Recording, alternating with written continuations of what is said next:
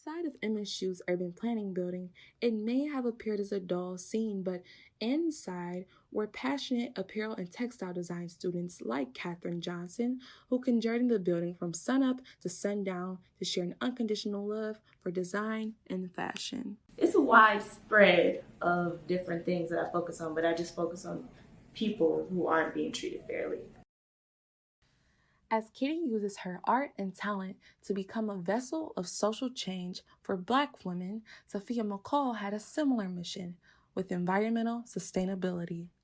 I think right now there's a really big push to make everything more sustainable because the fashion industry is the most wasteful industry. Like fast fashion, like shopping at Forever 21, Zara, the stuff's cheap and they make it for you to only be able to wear a few times, so you come back and buy more. That's definitely a big issue. There's more companies doing using more ethical products, more fair trade. While many fashion companies are striving towards being more environmentally aware and socially conscious, this isn't the case for all. But the students in the apparel and textile design major have worked together for years to spread awareness, and they plan to continue to do so. Because the clothing industry is so bad for the environment that we have to make changes. And so I think a lot of our students are on kind of the forefront of that. So I think that's really, really, really critical. Professors like Rebecca continue to encourage students to have a voice. And like Katherine, they use it. My voice is through activism and designing things that directly affect me and people of color. While Katherine has focused her latest project, 321, on the mortality rates of Black women during their pregnancies, Sophia McCall has focused her recent projects on recycling and sustainability. Both have done the job of creating social change and innovating through fashion. And with the support of professors like Rebecca, their dreams are unstoppable. This semester I have screen printing with Jacques. Okay. Social justice. How's it going? I love that class. Good. Because I'm all about social justice and my concepts. So that one.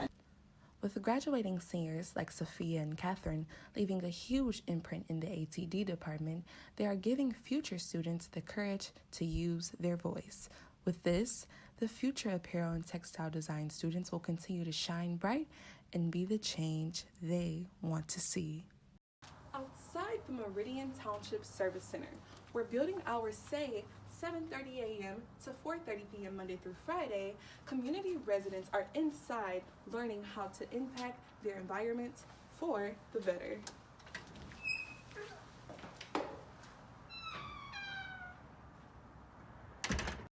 Gardening for Native Plants is an event hosted by the Harris Nature Center for residents who want to learn how to garden and help their environments. And we know that the bees take pollen back to the hives for feeding all winter. Well, if it takes it from a site that's been treated with a neonicotinoid, which you don't even know. Residents like Jamie Cack find this event very useful for the environmental future of their family's residents. We bought a house last year and we are hoping to get some landscaping done this year to let the kids play in and just spruce up and make it look nice. While senior park naturalist Katie Adams of the Harris Nature Center knows the impact is much bigger. Probably a huge piece of that is us losing native landscape. Without the native trees and the native plants and the native grasses and stuff, those plants are what cleans our air and cleans the soil. And if we don't have our native plants, then we're in a lot of trouble. Harris Nature Center plans to continue to hold these informational events for residents while also finding new ways to engage the full community in learning the importance of native plants and their importance to our world's current state. Detroit is a city that is known for many things: cars, food, but one thing in particular is its sound. Detroit native Alex Allen, better known as Lex the Radical, has done his work in innovating the sound of Detroit. Cause it's not what you say, it's what you do, baby. And it's not what you want, it's what you choose, baby. If it triggers a certain moment or a certain memory or idea or a certain emotion, I just basically go off of that.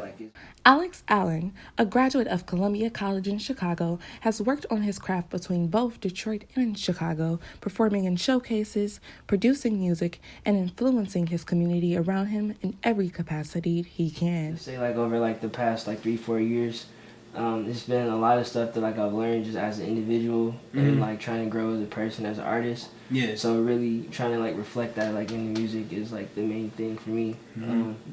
And like sonically, I don't know. I feel like I'm really at a point where like I'm really finding like my sound and like what exactly that means for people. Yeah. So whether you think it's a banger, you think it's like this or that, I'll leave that up to people's interpretation. In a recent interview Alex had with the podcast Off the Wall, he discussed how he constantly works on his craft, not just for himself, but for youth around him to continue to follow their dreams. I want to be influential. I want to be fearless, and I want to be able to inspire the next generation of artists to come out of wherever, doing this like from the basement, starting in the basement and making it something bigger than that. Just inspiring people to really trust themselves and trust like that instinct and that passion inside, regardless of like what their friends might say or what their family might say or, anybody, just chasing that dream and, making that dream a reality.